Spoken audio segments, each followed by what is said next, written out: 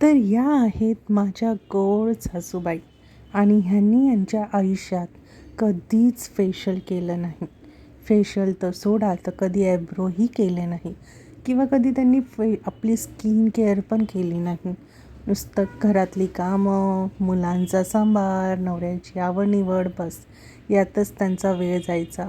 स्वतःवर कधी लक्षच दिलं नाही. म्हणून आज त्यांची सूनबाई, एक ब्युटिशियन सूनबाई, त्यांचं आज फेशियल करणार आहे. तर मी आज ह्यांच्यावर फेशियल करणार आहे ते डी10चं. कारण त्यांची त्वचा जी स्किन आहे ती खूप डल झाली होती, ब्लॅकहेड्स खूप होते, पिगमेंटेशन आहे. सो मी आज डी10 फेशियल करणार आहे. तर इथे मी फर्स्ट ऑफ ऑल त्यांचा चेहरा वॉटर स्प्रेने क्लीन केला आहे. त्यानंतर मी इथे क्लिन्झिंग घेतलं आहे, क्लिन्झिंग क्रीम घेतली आहे आणि त्याने छान असं मसाज करून त्यांचे जे पण आहे डस्ट वगैरे ते सगळं क्लीन केलं आहे. त्यानंतर सेकंड स्टेप आहे, आपण करणार आहोत स्क्रबिंग. स्क्रबिंग जास्त जोर लावून करायचा नाही, कधीही हलक्या हाताने स्क्रब करायचं आहे आणि तेही 2 ते 3 सेकंद केले तरीही चालतं.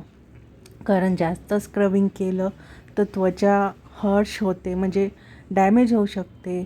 खूप नाजूक असते आपली स्किन, तो जास्तही जोरात तुम्ही स्क्रबिंग करू नका. तर इथे तुम्ही पाहू शकता माझ्या सासूबाईंच्या नाकावर खूप ब्लॅकहेड्स होते, व्हाईट हेड्स होते, तर ते मी स्टीमिंग देऊन काढून टाकले आहेत, क्लीन केले आहेत. त्यानंतर मी इथे मसाज क्रीम घेतली आहे, छान असा मसाज केला. त्यांना खूप आवडलं, रिलॅक्स झाल्या त्यांनी, कारण ते पहिल्यांदाच करत होत्या, तर त्यांना खूप रिलॅक्स वाटत होतं. त्यानंतर मी इथे फेशियलचं जेल घेतलं, जेलच्या ह्याने मसाज केला. त्यानंतर त्यांना मी फेस मास्क लावला. फेस मास्क लावल्यानंतर तो चांगल्या प्रकारे पाण्याने धुवून घेतला त्यांचा चेहरा. त्यानंतर मी इथे शीट मास्क घेतलं पपयाचं, कारण पपया हे अँटी एजिंगचं काम करतं, म्हणून मी हे निवडलं होतं माझ्या सासूबाईंसाठी हे मास्क. सो हे मास्क लावून मी त्यांना 20 ते 25 मिनटं रेस्ट करायला लावलं.